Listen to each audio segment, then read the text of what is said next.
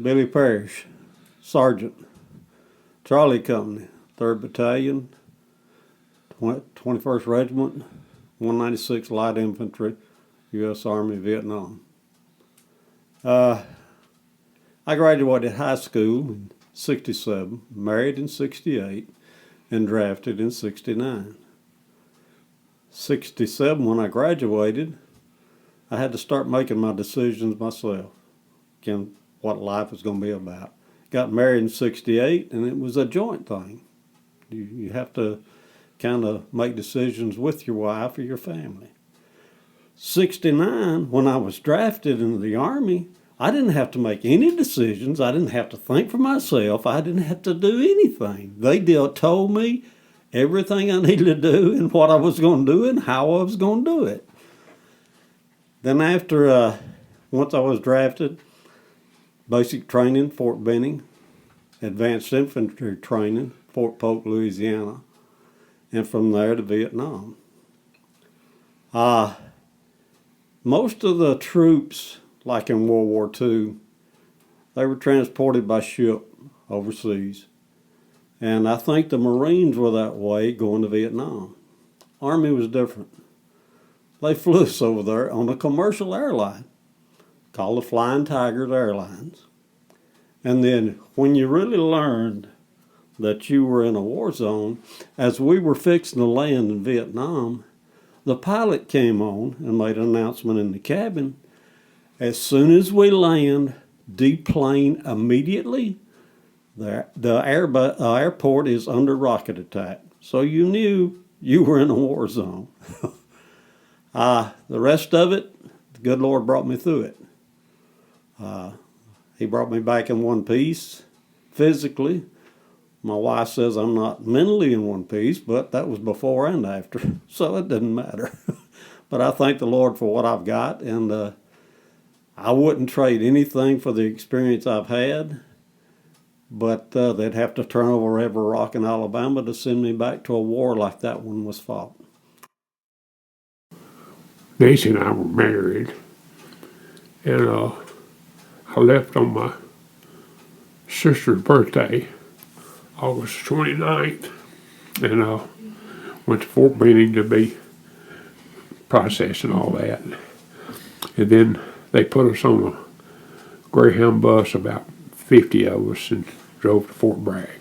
And we got there about midnight and everything. And the Special Forces guys, they met us and told us, said, get in that barracks and we'll see y'all in the morning.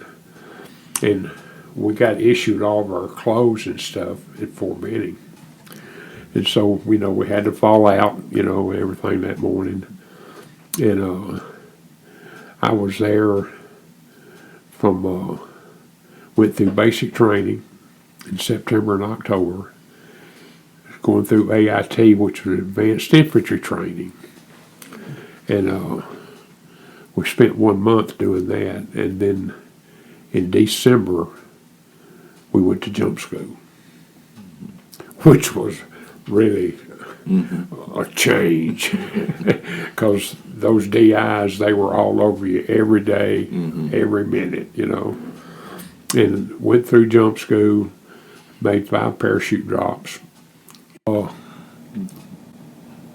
Once on the summer, it was 1971, I think, 72, we flew out of Richards Gabar Air Force Base. That's at Fort Bragg. Okay.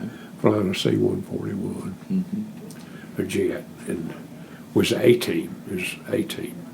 And we stopped in Jacksonville, Florida, and picked up a B-team, which is 24 guys. Well, when we left Jacksonville, we started putting our equipment on, put the parachute on, our rucksack, and I was jumping with my weapon, which was an M14, and we had a radio operator named Turner, a little bitty short guy. Well, he had his radio, and he had his generator.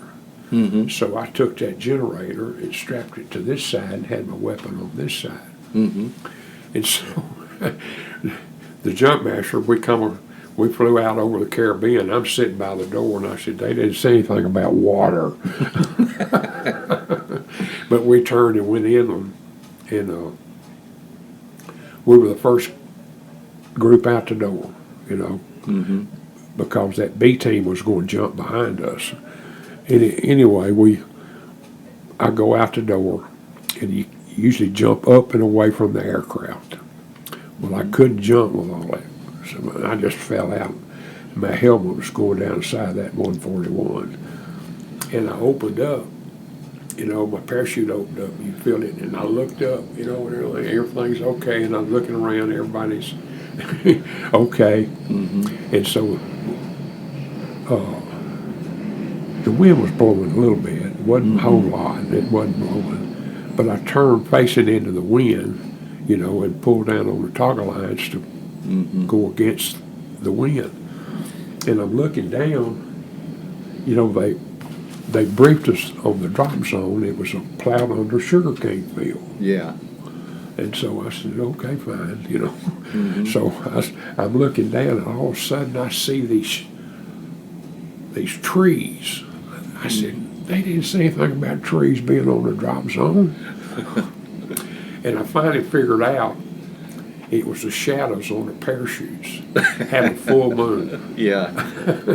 Well, I came in backwards, and I was moving pretty good, and my feet hit first, and I bounced, I don't know, about 8 feet backwards. It knocked the breath out of me. My name is David Doss. I'm a veteran of the Cold War. I was drafted in May 1963, took basic training Fort Polk, Louisiana, went to Fort Knox, Kentucky for radio school, and from there was sent to Bamberg, Germany. Bamberg is located about 20 miles south of the border to East Germany. Just a couple of weeks after I got to Germany, President Kennedy was assassinated. So, times were uncertain, and everybody's wondering what was going on. But overall, in my visit to Germany, well, I was a radio operator in the C Company of the 82nd Combat Engineer Battalion. Combat engineers do construction work such as roads and repairing roads. They also build bridges. And they also do demolition work where they blow up roads and bridges. But because of our construction work, we was always on the go. While I was there, at least 1 week out of every month, we was gone somewhere to do something. I got to see a lot of Germany. I don't know where it was because I saw it all from the back of a truck.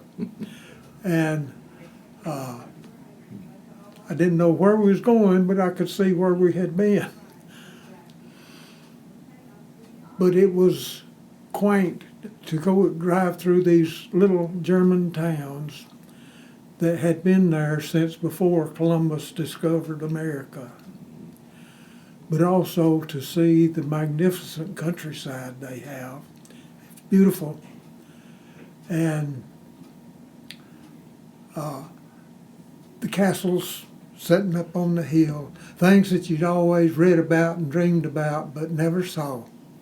So overall, my experience in Germany was very good. German people, on the whole, as it is here, was very nice. And I was there for 18 months and enjoyed every bit of it. Okay, well, my name's Linda Collier. I went into the Air Force Reserves at the bright old age of 35 in 1986. needed a second job was my main reason for going in, although I loved it once I got in. I ended up doing 20 years. I went in as a nurse, so I didn't have to do basic training. I was a second lieutenant, and I retired as a major, so I'm very thankful for that. I feel like I have been very blessed.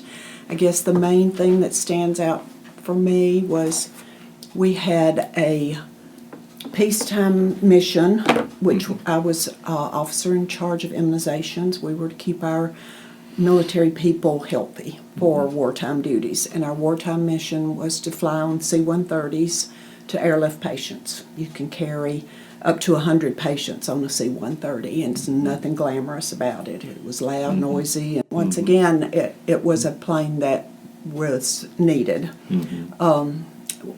We were sent to Desert Storm in 1992 as a unit, so that made it easier to go as a group that you already knew. We were prepared for the desert. We had all of our desert gear, and we landed in snow. So you also learn to adapt when you're in the military, and we set up a 100-bed staging facility in England. We flew some missions into Saudi to airlift patients back for surgeries in Germany, and then we airlifted patients from Germany to home bases around England, or to our staging facility to hold until they got airplanes back to the United States. But it was great for me, and I was proud to serve. My name is Bill Kiley. I was an E5 second-class petty officer when I got out.